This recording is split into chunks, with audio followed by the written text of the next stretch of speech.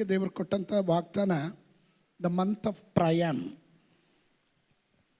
ಜಯೋತ್ಸಾಹದ ತಿಂಗಳು ಎಂಬುದಾಗಿ. ಜಯೋತ್ಸಾಹದ ತಿಂಗಳು, ಜಯೋತ್ಸಾಹ ಅದೇ ವಿಷಯವನ್ನು ಹಿಡಿದು ಇವತ್ತು ಬೇಕಾದ ಆಲೋಚನೆ ನಿಮ್ಮ ಮುಂದೆ ಇಡಲಿಕ್ಕೆ ನಾನು ಬಯಸ್ತೀನಿ. ನನ್ನ ಸಬ್ ಟೈಟಲ್ ಟ್ರಯಾಂಪ್ ಓವರ್ ಟ್ರಬಲ್ಸ್,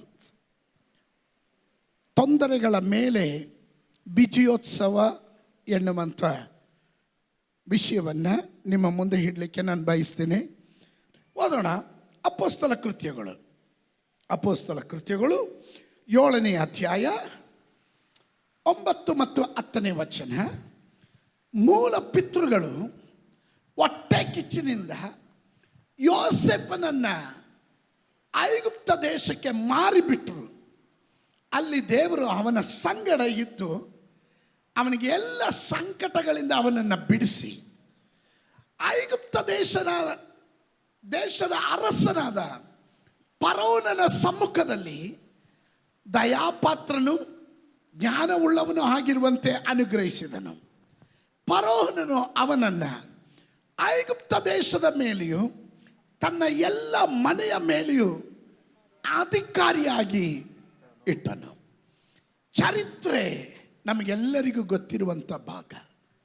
ಯೋಸೇಫನ ಕುರಿತು ಗೊತ್ತಿಲ್ಲದವರಲ್ಲ ನಾವುಗಳು. ಯೋಸೇಫನ ಹಿನ್ನೆಲೆಯ ಕುರಿತು ನಾವು ಮರ್ತವರಲ್ಲ. ಯೋಸೇಫನು ಅವನ ಸ್ವಂತ ಸಹೋದರರು ಅವನಿಗೆ ವಿರೋಧಿಗಳಾಗ್ತಾರೆ. ಸ್ವಂತ ಸಹೋದರರು, ಕನ್ನಡದಲ್ಲಿ ನಾವು ಹೀಗೆ ಹೇಳ್ತಾಗ ಹುಟ್ಟಿದಾಗ ಸಹೋದರರು, ಬೆಳೀತಾ ಬೆಳೀತಾ ದಾಯಾದಿಗಳು ಅಂತ. ಸ್ತೋತ್ರ. ಹುಟ್ಟುವಾಗ ಸಹೋದರರು, ಬೆಳೀತಾ ಬೆಳೀತಾ ದಾಯಾದಿಗಳು ಅಂತ. ಅಂದರೆ ಭಿನ್ನಾಭಿಪ್ರಾಯ ಉಳ್ಳವರು, ವಿಭಿನ್ನ ಸ್ವಭಾವವುಳ್ಳವರು, ವಿಭಿನ್ನ ನಡವಳಿಕೆ ಉಳ್ಳವರಾಗಿ ಬೆಳೆಯುತ್ತಾರೆ. ಇವತ್ತು ನಾನು ಯೋಚನೆ ಮಾಡಿದೆ, ಇವರಿಗೆ ಯೋಸೇಫನ ಮೇಲೆ ಹೊಟ್ಟೆ ಕಿಚ್ಚು ಬರೋದಕ್ಕೆ ಕಾರಣ ಏನು? ಯೋಸೇಫನಿಗೆ ಏನು ಇಲ್ಲದಿದ್ದಾಗಲೇ ಅಣ್ಣಂದಿರಿಗೆ ಹೊಟ್ಟೆ ಕಿಚ್ಚು ಬರಬೇಕಂದ್ರೆ ಇದ್ದವರ ಕುರಿತು ಒಂದು ಮಾತು ಯೋಚನೆ ಮಾಡ್ರಿ. ಸ್ತೋತ್ರ ಬರಲಿಲ್ಲ ನೋಡ್ರಿ. ಯೋಸೇಫನಿಗೆ ಏನು ಇಲ್ಲದಿದ್ದಾಗ ಅವರ ಅಣ್ಣಂದಿರಿಗೆ ಇವನ ಮೇಲೆ ಹೊಟ್ಟೆ ಕಿಚ್ಚು ಬಂತು ಅಂದರೆ, ಎಲ್ಲ ಇರುವಂಥ ನಿನ್ನನ್ನು ಕಂಡ್ರೆ ನಿನ್ನ ಒಡ ಹುಟ್ಟಿದವರು ನಿನಗೆ ವಿರುದ್ಧವಾಗಿ ಹೊಟ್ಟೆ ಕಿಚ್ಚು ಪಡೋದರಲ್ಲಿ ಸಂಶಯನೇ ಬೇಡ. ಆದರೆ ನನ್ನ ವಿಷಯ ಅದಲ್ಲ. ನನ್ನ ವಿಷಯ ಸೋಲನ್ನ ಗೆಲುವಾಗಿ ಪರಿವರ್ತಿಸುವುದು, ನಿರಾಶೆಯನ್ನ ನಿರೀಕ್ಷೆಯಾಗಿ ಪರಿವರ್ತಿಸೋದು, ರೋಗವನ್ನ ಸೌಖ್ಯವಾಗಿ ಪರಿವರ್ತಿಸೋದು, ಪರಾಜಯವನ್ನ ವಿಜಯೋತ್ಸವವಾಗಿ ಪರಿವರ್ತಿಸೋದು. ಹಾಲೆಲೂಯಾ. ಅದೇ ನನ್ನ ಸಂದೇಶ, ಟ್ರಯಾಂಪ್ ಓವರ್ ಟ್ರಬಲ್ಸ್. ಆಮೆನ್. ಹಾಲೆಲೂಯಾ. ಯೋಸೇಫನ ಜೀವನದಲ್ಲಿ ಹೋರಾಟ ಬಂತು. ಅವನ ಸ್ವಂತ ಸಹೋದರರು ಅವನಿಗೆ ವಿರುದ್ಧವಾಗಿ ತಲೆ ಎತ್ತಿದ್ರು. ಆದರೆ ಯೋಸೇಫನಿಗೋಸ್ಕರ ದೇವರು ಮಾಡಿದ 5 ಕಾರ್ಯಗಳು ಬಹಳ ಇಂಪಾರ್ಟೆಂಟ್. ಕೇಳೋದಕ್ಕೆ ತಯಾರಾಗಿದ್ದೀರಾ? ಸಂತೋಷ ಇದೆಯಾ? ನಂಬರ್ 1, ದೇವರು ಅವನ ಸಂಗಡ ಇದ್ದು, ಹಾಲೆಲೂಯಾ, ನಿನ್ನನ್ನು ಜಯಶಾಲಿಯಾಗಿ ನಡೆಸಬೇಕು ಅಂತ ದೇವರು ತೀರ್ಮಾನ ಮಾಡಿದರೆ, ಯಾರೆಲ್ಲ ವಿರೋಧವಾಗಿದ್ರು, ಯಾರೆಲ್ಲ ನಿನ್ನನ್ನು ಒಂಟಿ ಮಾಡಿದ್ರು, ತಂದೆ ತಾಯಿಗಳು ನಿನ್ನನ್ನು ಕೈ ಬಿಡಬಹುದು, ಸಹೋದರರು ನಿನ್ನನ್ನು ತೊರೆಯಬಹುದು, ನೀನು ಒಬ್ಬಂಟಿಗನಾದರೂ ನಿನ್ನನ್ನು ಜಯೋತ್ಸಾಹದಲ್ಲಿ ನಡೆಸಬೇಕು ಅಂತ ದೇವರು ತೀರ್ಮಾನ ಮಾಡಿರೋದಾದರೆ ನೀನು ಸೋಲೋದಿಲ್ಲ, ನೀನು ಜಯಶಾಲಿಯಾಗಿರ್ತೀಯ. ಅದಕ್ಕೆ ದೇವರು ನಿನ್ನ ಸಂಗಡ ಇರ್ತಾನೆ. Amen. Number 1, God is with him. ಒಂದು, ದೇವರು ಅವನ ಸಂಗಡ ಇದ್ದನು. ದೇವರು ಅವನ ಸಂಗಡ ಇದ್ದರೆ, ನಂಬರ್ 2, ಅವನಿಗೆ ಬಂದ ಎಲ್ಲ ಸಂಕಟಗಳಿಂದ ಅವನನ್ನು ಬಿಡಿಸುತ್ತಾನೆ. ಅವರ ಶಂದಲಾದನ. ಎಷ್ಟು ಜನ ಹೇಳ್ತೀರಾ ಆಮೇಲೆ?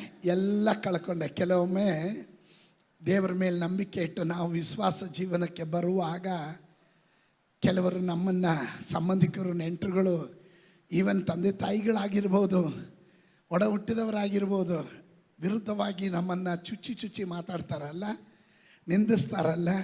ಅದನ್ನೇ ಇಬ್ರಿಯರಿಗೆ ಬರೆದ ಪತ್ರಿಕೆಯಲ್ಲಿ ನಾನು ಹೇಳಿದೆ, ಕೆಲವೊಮ್ಮೆ ನೀವು ನಿಂದೆಗೆ ಒಳಗಾಗ್ತೀರಾ, ಪರಿಹಾಸ್ಯಕ್ಕೆ ಗುರಿ ಆಗ್ತೀರಾ. ಇದೆಲ್ಲ ಸಹಿಸ್ಕೊಳ್ಳೋದಕ್ಕೆ ದೇವರು ನಿಮಗೆ ಪ್ರತ್ಯೇಕ ಕೃಪೆಯನ್ನು ಕೊಟ್ಟಿದ್ದಾನೆ. ಇದು ತನ್ನನ್ನು ಪ್ರೀತಿಸುವವರಿಗೋಸ್ಕರ ದೇವರು ಮಾಡಿರೋ ವಾಗ್ದಾನ ಅದು. We have to go through many tribulation to enter the kingdom of God. ದೇವರ ರಾಜ್ಯಕ್ಕೆ ಪ್ರವೇಶ ಮಾಡೋಕ್ಕೆ. ನೀವು ಲೌಕಿಕರಾಗಿ ಬದುಕಿರುವಾಗ ಇದು ಏನು ನೀವು ಫೇಸ್ ಮಾಡೋ ಅವಶ್ಯಕತೆ ಬರೋದಿಲ್ಲ. ಏಟಿಗೆ ಪೋಟಿಯಾಗಿ ನಿಲ್ಲಬಹುದು, ವಾದಿಗೆ ಪ್ರತಿವಾದಿಯಾಗಿ ನಿಲ್ಲಬಹುದು. ನೀನು ಸೇರು ಅಂದರೆ ನಾನು ಸವಾ ಸೇರು ಅಂತ ನಿಲ್ಲಬಹುದು. ಒಬ್ಬ ಕೈ ಮಡಚಿದ್ರೆ ಇನ್ನೊಬ್ಬ ಮೀಸೆ ತಿರುತ್ತಾನೆ. ಸ್ತೋತ್ರ. ಅದೇ ವಿಶ್ವಾಸಿಗಳಾದ ಮೇಲೆ ಇದು ಮಾಡೋಕ್ಕಾಗಲ್ಲ. ನೀನು ಅದು ಮಾಡದೇ ಇರೋದ್ರಿಂದ ದೇವರು ನಿನ್ನ ಸಂಗಡ ಇರ್ತಾನೆ. ಅವರು ಸಂಖ್ಯೆಯಲ್ಲಿ ಹೆಚ್ಚಿನವರಾಗಿರ್ಬೋದು, ನಿನ್ನಲ್ಲಿ ಇರುವವನು ಲೋಕದಲ್ಲಿ ಇರುವವನಿಗಿಂತ ಹೆಚ್ಚಿನವನೆನ್ನದನ್ನು ನೀನು ಬರೆಯಂಗಿಲ್ಲ. Number 1, God is with him. ದೇವರು ಅವನ ಸಂಗಡ ಇದ್ದನು. ನಂಬರ್ 2, ಐಗುಪ್ತ ದೇಶದಲ್ಲಿ ಯೋಸೇಫನಿಗೆ ಬಂದಂತ, ಯೋಸೇಫನ ಜೀವನದಲ್ಲಿ ಬಂದಂತ, ಅವನಿಗೆ ಬಂದ ಎಲ್ಲ ಸಂಕಟಗಳಿಂದ ಅವನನ್ನು ದೇವರು ಬಿಡಿಸಿದನು. ಹಾಗಾದರೆ ನಿನಗೊಂದು ಗ್ಯಾರಂಟಿ ಇದೆ, ಎಷ್ಟೇ ಕಷ್ಟ ಬಂದರೂ, ಎಷ್ಟೇ ತೊಂದರೆ ಬಂದ್ರೂ ಐ ವಿಲ್ ಕಮ್ ಔಟ್. ಕೆಲವ್ರಿಗೆ ಅರ್ಥ ಆಗಲಿಲ್ಲ. ಕೆಲವರು ನಿದ್ದೆ ಮಾಡ್ತಾ ಇದ್ದಾರೆ. ನಾನು ಹೊರಗಡೆ ಬರ್ತೇನೆ, ನಾನು ಜಯಶಾಲಿ ಆಗಿರ್ತೇನೆ. ನಂಬುವವರು ಯಾರಾದರೂ ಕೂಗಿ ಹೇಳ್ರಿ. ಈ ಕಷ್ಟ ಅಲ್ಪ ಕಾಲದ ಕಷ್ಟ, ಬರಲಿಕ್ಕಿರುವ ಮಹಿಮೆಯನ್ನು ಆಲೋಚಿಸುವಾಗ ಈ ಲೋಕದ ಕಷ್ಟ ಅದು ಪರವಾಗಿಲ್ಲ, ಇದು ಹಗುರವಾಗಿದೆ. ಹಲ್ಲೆಲೂಯಾ. ಅದು ಬೇಗನೆ ಮುಗಿದೋಗುತ್ತೆ. ಯೇಸುವಿನ ನಾಮದಲ್ಲಿ ನಾನು ಹೊರಗಡೆ ಬರ್ತೇನೆ. Amen, amen.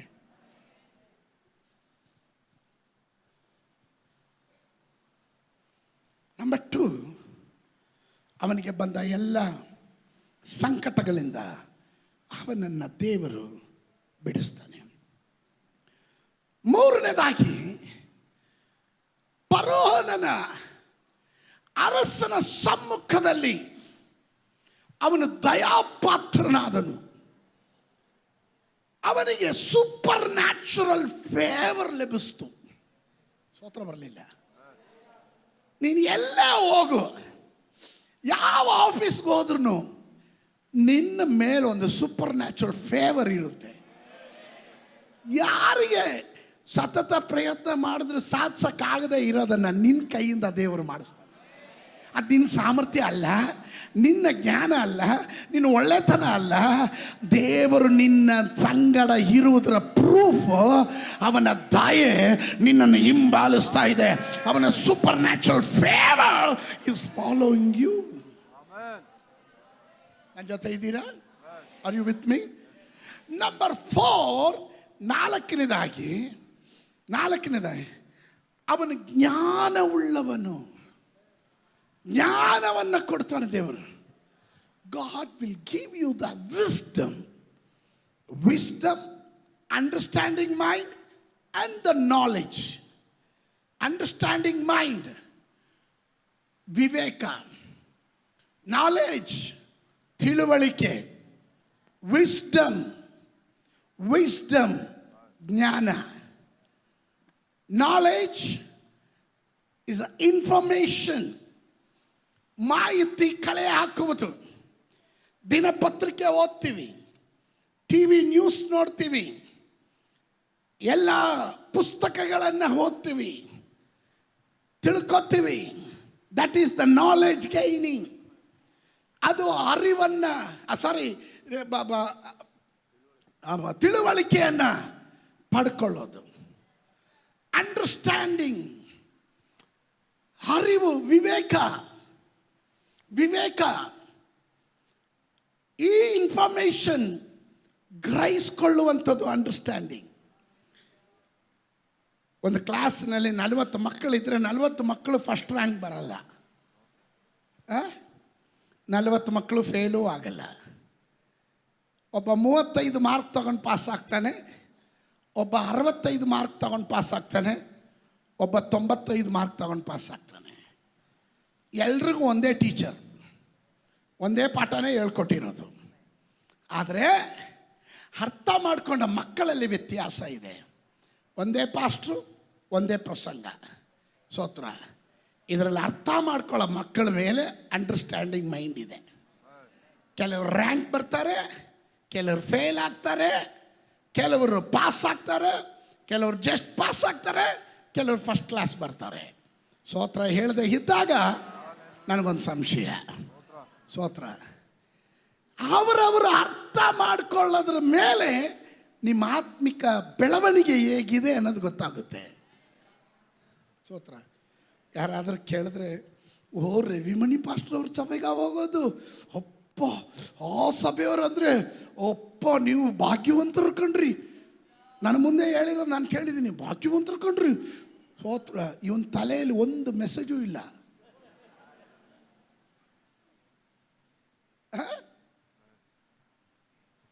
ಹೊರಗಡೆ ಇರೋರಿಗೆ ಏನು ಅನಿಸುತ್ತೆ ಗೊತ್ತಾ? ಒಪ್ಪ ಅವರೇ ಭಾಗ್ಯವಂತರು. ಎಂಥ ಪ್ರಸಂಗ ಅಪ್ಪ, ಪಾಸ್ಟರ್ ಪ್ರಸಂಗ ಚೆನ್ನಾಗಿದೆ, ನೀವು ಚೆನ್ನಾಗಿದ್ದೀರಾ. ಅದು ಅರ್ಥ ಮಾಡ್ಕೊಳ್ಳೋ ರೀತಿ ಇದೆಯಲ್ಲ, ಅದು ನಿಮ್ಮ ತಿಳುವಳಿಕೆಗೆ ಬಿಟ್ಟದ್ದು, ನಿಮ್ಮ ವಿವೇಕಕ್ಕೆ ಬಿಟ್ಟಿದ್ದು. ಆಮೇಲೆ ಮೂರನೇದು application. Wisdom is the application. ಜ್ಞಾನ ಎನ್ನೋದು ಸರಿಯಾದ ಸಮಯದಲ್ಲಿ ಏನು ಮಾತಾಡಬೇಕು, ಹೇಗೆ ಮಾತಾಡಬೇಕು, ಯಾವ ರೀತಿ ನಡ್ಕೊಬೇಕು, ಸ್ವಭಾವದಲ್ಲಿ ಹೆಂಗಿರಬೇಕು. ಯಪ್ಪ, ಕೆಲವರು ವಿಚಿತ್ರ ಪ್ರಾಣಿಗಳಿರ್ತಾರೆ. ಸ್ತೋತ್ರ. ಯಾವ ಟೈಮ್ ನಾವು ಹೇಳ್ತೀವಲ್ಲ, ಅವ್ನು ಮೂಡಿ ಫೆಲೋ, ಅವನ ಸವಾಸಕ್ಕೆ ಹೋಗಬೇಡ, ಅವ್ನು ಯಾವ ಟೈಮಲ್ಲಿ ಏನಾಗ್ತಾನೋ ಹೆಂಗಿರ್ತಾನೋ ಹೇಳೋಕ್ಕೆ ಆಗಲ್ಲ ಅಂತ. ಯಾಕೆ? ಜ್ಞಾನ ಇಲ್ಲದೆ ಇರೋನು ಮೂರ್ಖ ಅಂತೀವಿ ನಾವು. ಹಂಗೆ ಹೇಳಿದ್ರೆ ನಿಮ್ಗೆ ಬೇಜಾರಾಗ್ಬೋದು, ಮಿಸ್ಟರ್ ಮೂರ್ಖ. ಸ್ತೋತ್ರ. ಹಂಗಲ್ಲ ಅಂದರೆ ನೋಡಿ ಪಾಸ್ಟರ್, ನೆಕ್ಸ್ಟ್ ವೀಕ್ ಬರೋದಿಲ್ಲ, ಲೇಡೀಸ್ ಆ್ಯಂಡ್ ಜೆಂಟಲ್ಮ್ಯಾನ್ ಅಂತ ಹೇಳ್ರಿ. ಸ್ತೋತ್ರ. ಬೈಬಲ್ ಹೇಳುತ್ತೆ ನಿನ್ನನ್ನು ಮೂರ್ಖ ಅಂತ. ದೇವ್ರ ವಾಕ್ಯ ಬಹಳ ಸ್ಪಷ್ಟವಾಗಿ ಹೇಳುತ್ತೆ, ಮೂರ್ಖನನ್ನು ಒರಳಿನಲ್ಲೇ ಹಾಕಿ ಒಣಕೆ ತಗೊಂಡು ಕುಟ್ಟಿದ್ರು ಅವನ ಮೂರ್ಖತನ ಹೋಗಲ್ವಂತೆ. ಮೂರ್ಖತನ ಯಾಕೆ ಮೂರ್ಖತನ ಬರುತ್ತೆ? ಜ್ಞಾನ ಕಡಿಮೆ ಆಗಿರುವುದರಿಂದ. ದೇವರ ವಾಕ್ಯ ಹೇಳುತ್ತೆ, ಒಬ್ಬನಿಗೆ ಜ್ಞಾನ ಕಡಿಮೆ ಆದರೆ ಅವನು ನನ್ನಲ್ಲಿ ಏನು ಮಾಡಲಿ? ಹಾಗಾದರೆ when you are lacking the wisdom you must pray. ದೇವರೇ, ನನಗೆ ಜ್ಞಾನ ಕಡಿಮೆ ಆಗಿದೆಪ್ಪ. ಕೆಲವರು ಮಾತನಾಡೋದು ಗೊತ್ತಿಲ್ಲ, ನಡ್ಕೊಳ್ಳೋ ರೀತಿ ಗೊತ್ತಿಲ್ಲ, ಹಿರಿಯರು ಕಿರಿಯರು, ದೊಡ್ಡವರು ಚಿಕ್ಕವರು, ಗೌರವ ಯಾವಾಗ ಗೊತ್ತಾ ನಷ್ಟ ಆಗೋದು? ನಿನಗೆ ಜ್ಞಾನ ಕಡಿಮೆ ಆದಾಗ. ಸ್ತೋತ್ರ. ದಯವಿಟ್ಟು ನಾನು ಒಂದು ಮಾತು ಹೇಳ್ತೀನಿ ಕೇಳ್ರಿ. ನಿಮ್ಮ ಡೈನಿಂಗ್ ಟೇಬಲ್ ಮತ್ತೊಬ್ಬರ ಕೊರತೆಗಳನ್ನು ಚರ್ಚಿಸುವ ಮತ್ತೊಬ್ಬರ ಕುರಿತು ಕೊರತೆಗಳನ್ನು ಮಾತನಾಡುವ ಮೇಜಾಗಬಾರ್ದು. ಇದರ ಸುತ್ತಲೂ ಕುಳಿತಿರುವ ನಿನ್ನ ಮಕ್ಕಳು ಅವರು ಎಣ್ಣೆ ಮರದ ಸಸಿಗಳಂತೆ ಬೆಳಿಬೇಕಾದವರು. ಅನಂತರ ಅವರು ಕಾಡು ಬಳ್ಳಿಯಾಗಿ ಬೆಳೆಯೋದು ಬೇಡದ್ದು. I know. ತಂದೆ ತಾಯಿ ಸರಿಯಾದ ಶಿಕ್ಷಣ ಮಕ್ಕಳಿಗೆ ಕೊಟ್ಟರೆ ಮಕ್ಕಳು ಬೆಳೆದು ಬಂದಾಗ ಅದೇ ಗೌರವ ಘನತೆ ಅವರಲ್ಲೂ ಇರುತ್ತೆ. ಆಮೆನ್. ಹಲ್ಲೆಲೂಯಾ. ಮಕ್ಕಳ ನಡತೆಯನ್ನು ಕಂಡ್ರೆ ಗೊತ್ತಾಗ್ಬಿಡುತ್ತೆ ತಂದೆ ತಾಯಿಗಳ ಸ್ವಭಾವ ಏನು ಅಂತ.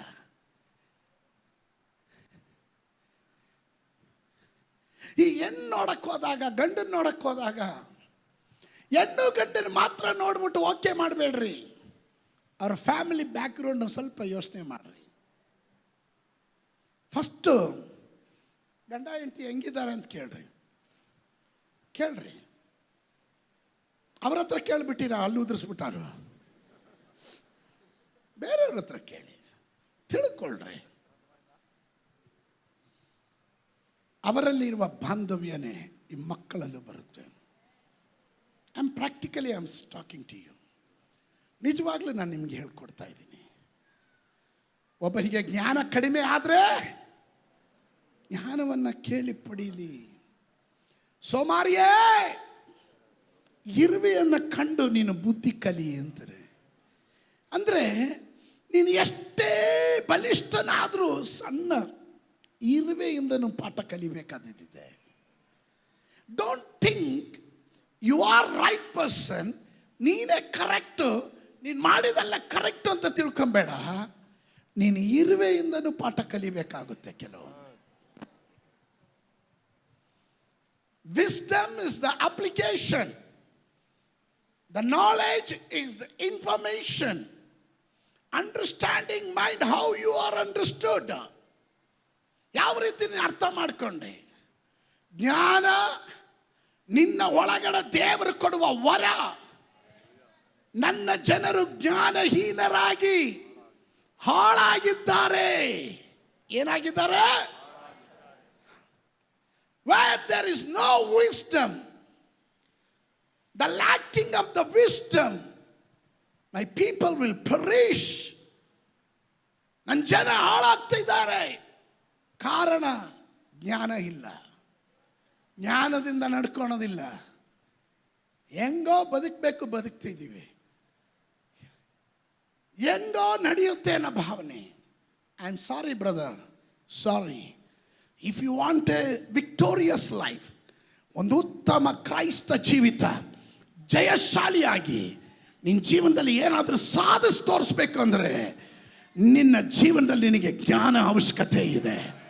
Hallelujah, hallelujah. ನಾನು ನಿಮ್ಗೆ ಹೇಳಿದೆ, ನಾನು ಸಾಧಾರಣ ಕುಟುಂಬದಲ್ಲಿ ಹುಟ್ಟಿದವನು. ಬಡತನ ಏನು ಅನ್ನೋದನ್ನು ಚೆನ್ನಾಗಿ ಅರ್ಥ ಮಾಡ್ಕೊಂಡು ಬದುಕಿದವನು. ಕಷ್ಟ ಏನು ಅಂತ ಚೆನ್ನಾಗಿ ಅರ್ಥ ಮಾಡ್ಕೊಂಡವನು. ಒಪ್ಪತ್ತ ಆಹಾರಕ್ಕಾಗಿ ಕಷ್ಟ ಬಿದ್ದವನು. ಆದರೆ ಆ ಕಷ್ಟವನ್ನು ಇಷ್ಟು ವಿಜಯೋತ್ಸವದಲ್ಲಿ ನಾನು ಇಲ್ಲಿ ನಿಲ್ಲೋದಕ್ಕೆ ಕಾರಣ ಏನು ಗೊತ್ತಾ? ಕಷ್ಟವನ್ನು ಪರಿವರ್ತನೆ ಮಾಡುವ ಸ್ವಭಾವವನ್ನು ಅಳವಡಿಸ್ಕೊಂಡೆ. ಕಮಾನ್. ಕೆಲವರಿಗೆ ಅಷ್ಟೇ ಹೇಳ್ರಿ, ಬಂಡೆಗೆ ನೀರು ಇದ್ದಂಗೆ. They don't change. ಬದಲಾವಣೆ ಆಗಲ್ಲ. ಸೋತ್ರ ಸಾಯೋ ಟೈಮಲ್ಲೂ ನೋಡಿ ಸ್ವಾಮಿ ಮಲ್ಕೊಂಡೆ, ನೋಡಿ ಸ್ವಾಮಿ ನಾವು ಹೋಗೋದು ಹೀಗೆ. ಎಲ್ಲಿಗೆ? ಟಿಕೆಟ್ ತಗೊಳಕ್ಕೆ. ಸೋತ್ರ ನಿನ್ನ ಜನ್ಮ ಹುಟ್ಟು ಉಚಿತ ಅಂತಾರೆ, ಸಾವು ಖಚಿತ ಅಂತಾರೆ. ಇದರ ಮಧ್ಯದಲ್ಲಿ ನಿನ್ನ ಜೀವನ ಅಂತ ಇದ್ವಿ. ಆ ಜೀವನ ಸಕ್ಸಸ್ ಆಗಬೇಕು, ಯಶಸ್ವಿ ಆಗಬೇಕು. ಕೊಟ್ಟಂಥವನು ಹೇಳಬೇಕು, ಬಲ ನಂಬಿಗಸ್ತನಾದ ದಾಸನೇ. ಆಮೇಲೆ ಸಮಥಿಂಗ್. ಆಮೇಲೆ ಹಿಂಗೆ ಹೇಳ್ತಾರೆ, ಮನೆಯವರಿಗೆ ಭಾರ, ಊರವ್ರಿಗೆ ಭಾರ, ಭೂಮಿಗೆ ಭಾರ. ಕೇಳಿದ್ದೀರಾ ಈ ಡೈಲಾಗಲ್ಲ? ಪಾಪ ನೀವೆಂಥದೆಲ್ಲ ಕೇಳಲ್ಲ ಬಿಡ್ರಿ. ಪಾಸ್ಟರ್ ಆಗಿರೋದ್ರಿಂದ ನಾನೇ ಕೇಳೋದಿದಲ್ಲ. ಸೋತ್ರ ಕೇಳಿದ್ದೀರಾ? ಆದರೂ ಕೆಲವರಿಗೆ ಒಂದು ಚೂರು ರೋಷ ಅನ್ನೋದೇ ಇರಲ್ಲ. ಚರ್ಮ ಗಟ್ಟಿ, ಏನೇ ಹೇಳ್ರಿ, ದೇ ವಿಲ್ ನಾಟ್ ಚೇಂಜ್. ನಿನ್ನ ಜೀವನದಲ್ಲಿ ಪರಾಜಯಗಳನ್ನು ಜಯವಾಗಿ ರೂಪಾಂತರ ಮಾಡಬೇಕಾ? ನಿನ್ನ ಜೀವನದಲ್ಲಿ ತೊಂದರೆಗಳ ಮೇಲೆ ನಿನಗೆ ವಿಜಯೋತ್ಸಾಹವನ್ನು ಕೊಂಡಾಡಬೇಕಾ? You must gain the wisdom. ಜ್ಞಾನವನ್ನು ನೀನು ಕೇಳಿ ಪಡೆಯಬೇಕು. ಜ್ಞಾನವನ್ನು ಕೇಳಿ ಪಡೆಯುವ ದೇವ ಮಕ್ಕಳು ಮಾತ್ರ ಗಟ್ಟಿಯಾಗಿ ಒಂದು ಆಮೇನ್ ಹೇಳ್ರಿ. ಹಲ್ಲೆಲೂಯಾ. ಒಂದು, ದೇವರು ಯೋಸೇಫನ ಸಂಗಡ ಇದ್ದನು. 2, ದೇವರು ಅವನಿಗೆ ಎಲ್ಲ ಸಂಕಟಗಳಿಂದ ಅವನನ್ನು ಬಿಡಿಸಿದನು. 3, ಫರೋಹನ ದಯೆಗೆ ಅವನ ಪಾತ್ರನಾದನು. 4, ಅವನಿಗೆ ದೇವರು ಜ್ಞಾನವನ್ನು ಕೊಟ್ಟನು. ಜ್ಞಾನವುಳ್ಳವರು ಗಟ್ಟಿಯಾಗಿ ಒಂದು ಆಮೇನ್ ಹೇಳ್ರಿ. 5ನೇದಾಗಿ, ಜ್ಞಾನ ಇಲ್ಲದವನಿಗೆ ಅಧಿಕಾರ ಕೊಡೋದಿಲ್ಲ. ಜ್ಞಾನವುಳ್ಳವನ ಕೈಯಲ್ಲಿ ದೇವರ ಅಧಿಕಾರವನ್ನು ಕೊಡ್ತಾನೆ. God gave him the authority over the ruler. ಅಮ್ಮ ನೋಡ್ರಿ, ಆ ಕುಟುಂಬ, ಅವನ ಕುಟುಂಬ ಏನು, ಆ ವಾಕ್ಯ ನೋಡ್ರಿ, ಆ ವಾಕ್ಯ ನೋಡ್ರಿ. ಐಗುಪ್ತ ದೇಶದ ಮೇಲೆಯೂ ತನ್ನ ಎಲ್ಲ ಮನೆಯ ಮೇಲೆಯೂ ಅಧಿಕಾರಿಯಾಗಿ ಇಟ್ಟನು. God gave the responsibility. Hello, come on, ಇದ್ದೀರಾ? ನಿನ್ನನ್ನು ಜಯೋತ್ಸಾಹದಲ್ಲಿ ನಡೆಸೋದು. ಅವನೆಲ್ಲಿ ಬಿದ್ದಿದ್ದ? ಪಾಳುಗುಂಡಿಯಲ್ಲಿ. ಸ್ವಂತ ಸಹೋದರ ಅವನ ಕುರಿತು ಹೊಟ್ಟೆ ಕಿಚ್ಚುಪಟ್ಟರು, ಅಸೂಯೆ ಪಟ್ಟರು. ಅಪ್ಪ ಕೊಟ್ಟಂಥ ಕಲರ್ಫುಲ್ ಕೋಟನ್ನು ಹರಿದಾಕಿದ್ರು, ಥಳಿಸಿದ್ರು, ರಕ್ತ ಸುರಿಸಿದ್ರು. ಅವನಿಂದ ಮಾರಿ ದುಡ್ಡು ತಗೊಂಡ್ರು, ಲಾಭ ಮಾಡಿಕೊಂಡ್ರು. ಆದರೆ ಇವರು ಯಾರಿಗೂ ಸಿಗದೇ ಇರುವಂಥ ಪದವಿಯನ್ನು ದೇವರು ಯೋಸೇಫನಿಗೆ ಕೊಡೋದಕ್ಕೆ ಕಾರಣ.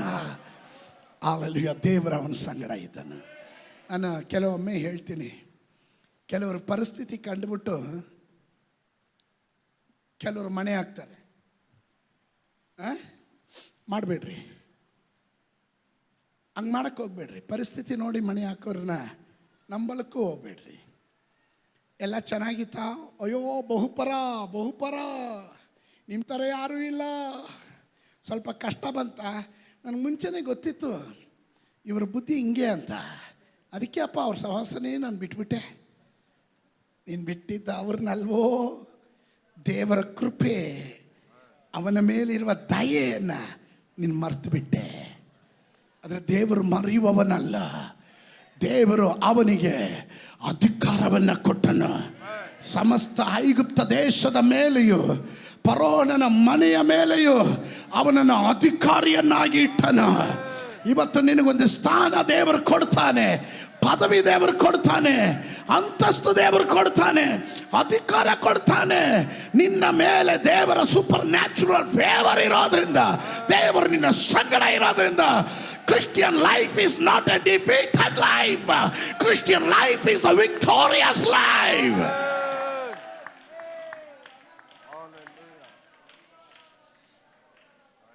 ನಾನು ನೀನು ಜಯಶಾಲಿಗಳಾಗಿರ್ಬೇಕು.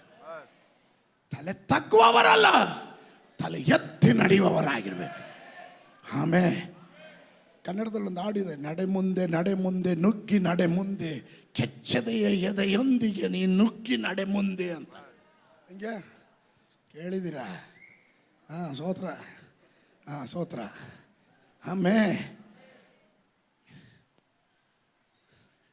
ನಡೆ ಮುಂದೆ ನುಗ್ಗಿ ನಡೆ ಮುಂದೆ. ಪ್ರಯಾಸಗಳು, ಪ್ರತಿಕೂಲಗಳು, ತೊಂದರೆಗಳು, ಇಕ್ಕಟ್ಟುಗಳು, ಸಾಲ, ಒತ್ತಡಗಳು, ನಿರಾಶೆಗಳು, ನಿಂದೆಗಳು, ಅಪಮಾನಗಳು, ಪರಿಹಾಸ್ಯಗಳು, ಇದು ಯಾವುದು ಅಲ್ಲ ನಿನ್ನನ್ನು ಹಿಡಿದಿಡಕ್ಕಾಗೋದಿಲ್ಲ. ನಿನ್ನ ಕರೆ ದೊಡ್ಡದು, ನಿನ್ನ ಮೇಲಿನ ಅಭಿಷೇಕ ದೊಡ್ಡದು. ನೀನು ದೇವರ ಮಗನು, ದೇವರ ಮಗಳು. ನೀನು ಸೋಲಾದ ಕರೆಯಲ್ಪಟ್ಟವರಲ್ಲ, ನೀವು ಜಯಶಾಲಿಗಳಾಗಿರಬೇಕು. ಟ್ರಯಾಂಪ್.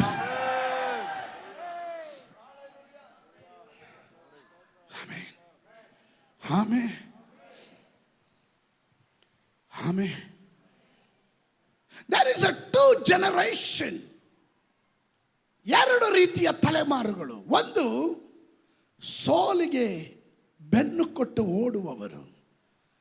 ಇನ್ನೊಂದು ತಲೆಮಾರು, ಕೆಚ್ಚೆದೆಯಿಂದ ನುಗ್ಗಿ ಮುಂದೆ ಸಾಧಿಸಿ ತೋರಿಸುವ ತಲೆಮಾರು.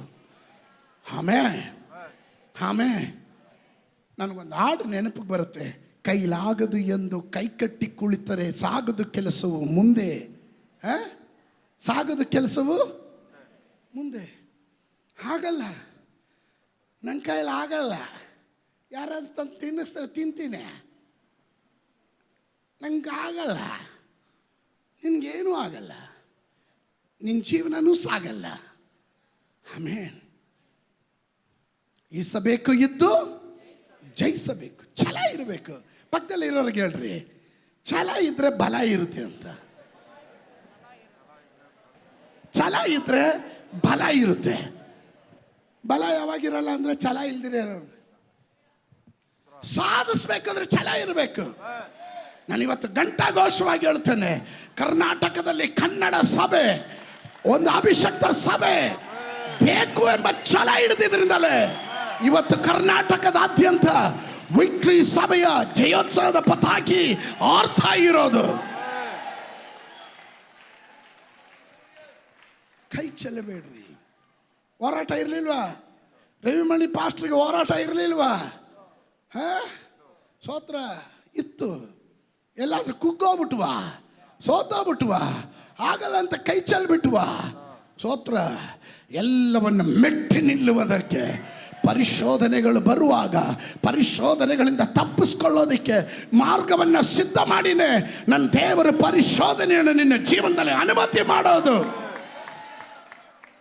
ಛಲ ಇದ್ರೆ ಬಲ ಇರುತ್ತೆ. ಬಲ ಇದ್ರೆ ನೀನು ಏನು ಬೇಕಾ ಸಾಧಿಸ್ಬೋದು. ಆಮೇನ್. ಕರ್ತನು ನಿಮ್ಮನ್ನು ಆಶೀರ್ವಾದ ಮಾಡಲಿ.